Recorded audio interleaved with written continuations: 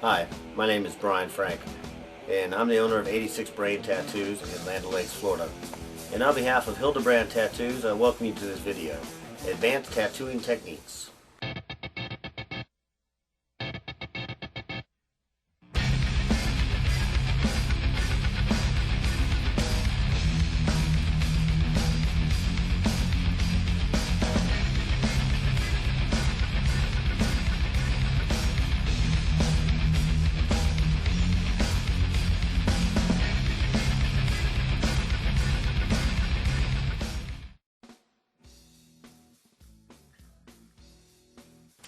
In this first part, we're going to discuss machine setup.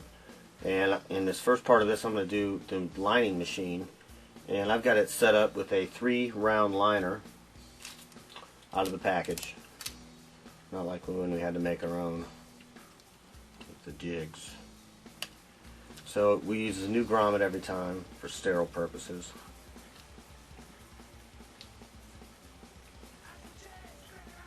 Now the curving of the needle bar is so when it goes into the machine, these needles lie into the tip of the tube. And in this case, it's a diamond tip. So the needles lie right in the trench. So you typically would use a machine forward for your line work, or to the left or to the right, not backwards because it would go against the rubber band tension, which is pretty important too. I usually use 3 rubber bands. These are number 12.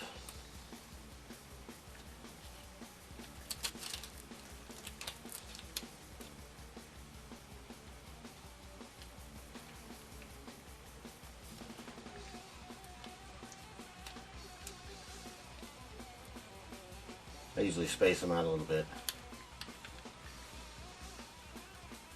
so they're not clumped together. And what they do is they hold the needle bar squarely into the tube. Second thing is the space of the gap from the front part of the contact screw to the front here. Now, it's typically would use a nickel, and a US nickel, which in metric is 1.95 millimeters. So it would be the gap here of this contact point, as you see, which is the throw of the needles. Then the next thing that you could do is you could use a tension gauge like this to set up the tension of the machine back spring. This spring right here. Now the tension can be adjusted plus or minus by loosening up the Allen screw or the set screw, bringing it out of the way and just slightly bending it, not to avoid any creases. So now the tension gauge, which measures the tension in grams. On this lining machine, I have it set up for approximately 325 grams before it hits the front part of the coil to the armature bar.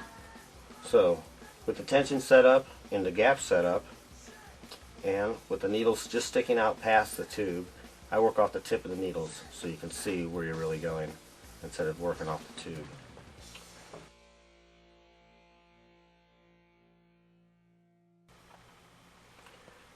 Going to be setting up a 5-round shader now.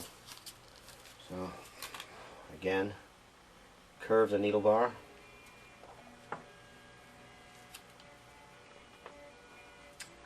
On this one, it's a round tube.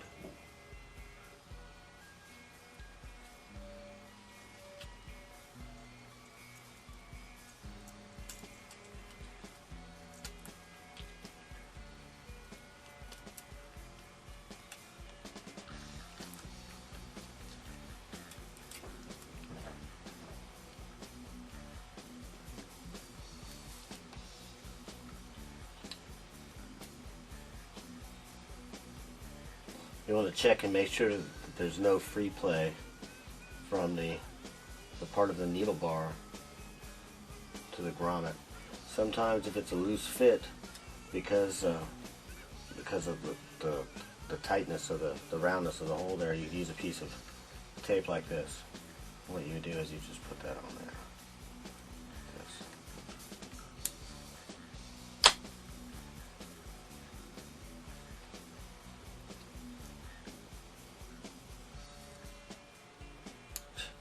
See what I mean? Alright.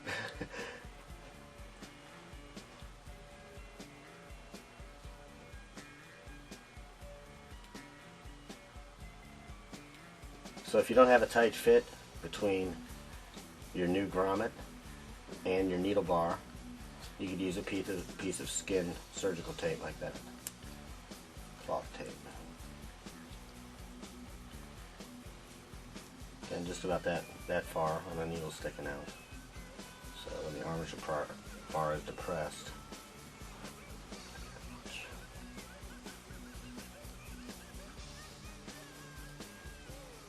I mean, that's a little too much. We'll wait till we tune out the machine.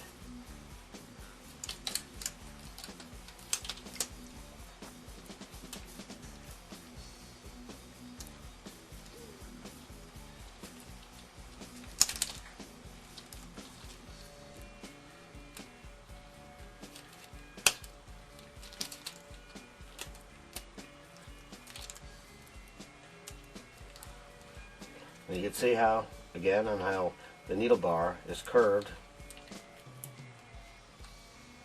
So the needles would lie towards the back of the round tip on those. And you could check the gap with a US nickel. And the nickel ends up being 1.95 millimeters. So you depress, and this is the gap here between the front spring and the contact screw. Then you can check the tension in grams, and on this particular round shader I have it set up for around 330 grams before you have contact from the front part of the armature bar to the front part of the coil.